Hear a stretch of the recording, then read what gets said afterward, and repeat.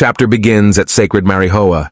Someone exclaims, "So Nika has finally descended upon the world, and 2 of the 4 emperors were defeated in the same battle. This is not a matter we can cover up. The information will be all over the globe soon enough, and the timing couldn't be worse. So how do we respond?" The scene shifts to the sea near Wano, and one of the elders speaks on a transponder. "You said Zoo is gone?" An agent replies, "Yes, sir. It just slipped away into the mist. So what was it doing?" The elder responds, "Then they are not opening up the country. Wano will remain an impregnable fortress. It seems they must have changed tactics in response to the situation. Someone over there is very shrewd." Another elder remarks, "Now there is no means of sending a major force to occupy the nation." One of them orders, "But you will at least bring Nico Robin, yes?" The agent replies, "Without fail." Suddenly, a weird voice starts coming from the transponder, and one of the agents says the signal is being jammed. The person on the transponder says, "Hang on, you guys. Just wait where you are. I'll be right there." The narrator says, "The land of Wano, freed at last from 20 years of tyranny, reveled in the victory of the Kozuki clan." The scene shifts to a castle where Hawkins, who is covered in blood and has had his hand chopped off, says, "Drake, you are a Navy man?" Drake, struggling, replies, "That's what you came here to ask?" Hawkins sits down, and Drake continues, "You look like a total wreck. I thought your divination said you would be fine as long as you didn't betray Kaido." Hawkins replies, "I sank to working for Kaido because I sensed death in the presence of that monster. But Kid and Killer faced death bravely and continued their resistance. Even if I had foreseen their victory, how could I possibly turn back and suck up to Kid again?" Drake remembers when he said to Hawkins, "If you are going to betray them, now's the time." What does that represent? Hawkins replies, "The chances of a certain man surviving until tomorrow. 1%? Sucks to be him." The scene comes back to the present, and Drake says, "So that certain man you were talking about was..." Hawkins cuts his sentence off by saying, "Me." The scene shifts to the Flower Capital, and 7 days have passed since the conclusion. Someone says, "Don't take the festival decorations down. Lord Momonosuke, the Shogun has decreed that we'll have another festival." The scene shifts to a class, and a student asks, "Did Miss Sarahibi go away? How come?" The teacher replies, "I am sorry, kids, but you need re-education about the history behind our heroes." All the kids become angry and shocked. The teacher continues, "We start with the most astonishing lad. This lesson will cover the story of Kozuki Oden." One of the people in the capital says, "I can hardly believe it. Komurasaki, the most beautiful woman in all of Wano, was Lord Oden's daughter all along." Another person adds, "It was Kawamatsu who rescued her from the burning castle." One of them remarks, "What a beautiful tale of loyalty. One samurai disguised himself as a yakuza named Kyoshiro and secretly protected her from harm. He was one of the Akazaya 9, Sir Denjiro." At Paradise Farm, one person says, "Do you know about the man who beat Kaido?" Another person replies, "I heard. He's a warrior by the name of Joy Boy, right? But apparently, he's already left the country." Someone else says, "Oh, I wish I could have seen him. A hero rivaled only by the god of the blade." At Eternal Graves in Ringo, Kawamatsu questions, "Build a temple?" Kinemon replies, "Indeed, up on a hill with a view of the Flower Capital, just like this shrine to Ryuma, the god of the blade. Only this one will honor Lord Oden, and surrounding him, all the daimyo who fought for the country, starting with Lord Yasui, plus Ashura and Izo." Suddenly a wolf appears, and Kawamatsu smiles and says, "I suppose we'll go in here someday too, Onimaru. Little scamp, glad you're alive." Suddenly Marco lands, and Kinemon says, "Does that work for you, Sir Marco?" Marco replies, "Of course, best to be buried in one's native soil, and here I am, still kicking for some reason." Kawamatsu says, "We have our own qualms too."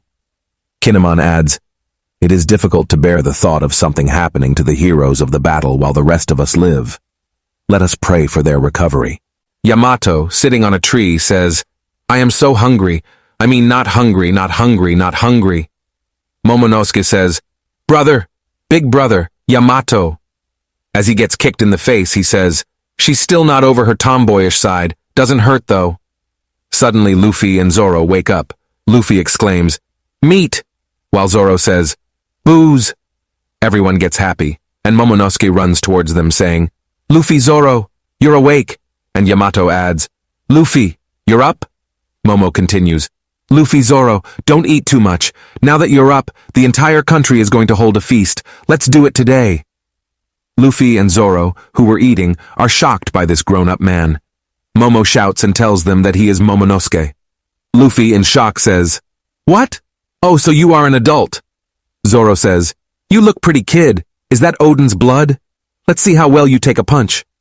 Momo becomes afraid and sticks with Nami, saying, "No, stop. They're on me. Save me, Nami." Nami gets frustrated and punches him. Momo replies, "But I am only 8. Doesn't hurt, though." Nami says, "Oh, that's right." Luffy adds, "Yeah, he's tougher now." Sanji and Brook laugh and say, "Welcome to the adult world, Momo. Your special privileges are a thing of the past." Yamato says, "He's a kid on the inside and Odin on the outside." Momo says, "Stop putting a tray on my head every time you see me." Yamato says, "You've got a very sturdy body. Be grateful to your parents. You will be the greatest samurai in the nation one day, I'm sure." Momo replies, "Well, I'll try." Nami says, "Yamato, let's take that bath before the festival, yeah? Your prayer is over, right?" Luffy questions, "Prayer?"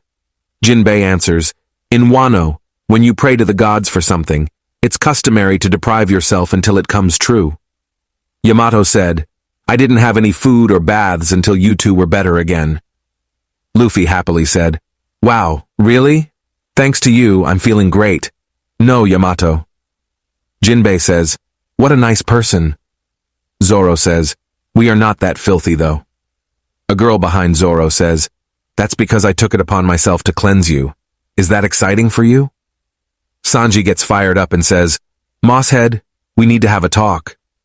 Zoro remembers Sanji's past words and replies, "Oh yeah, that's right." Sanji and Zoro start fighting, and Zoro says, "I have come back from the depths of hell to kill you." Sanji replies, "No, I'm good. We already resolved that." Meanwhile, Yamato said, "Sorry, Nami. There's no mixed bathing in the castle." Back in town, someone says, "The feast is going to be today? It's time once again to celebrate the return of the Kozuki clan. Tell each of the provinces." The scene shifts to Tokaj Port in Udon, and Frankie says, "Back in shape at last." Usopp says, "Yeah, they should be good to sail." Frankie says, "And General Frankie's back to normal, too." Killer and Beppo are shocked, and Beppo says, "That thing is so cool." Captain Kidd says, "Don't get all buddy-buddy with them. Stay on your guard until we are able to leave." Killer says, "Somehow, somewhere, the intel will leak, and the papers will hear about it. They'll be after us as replacements for the 4 emperors."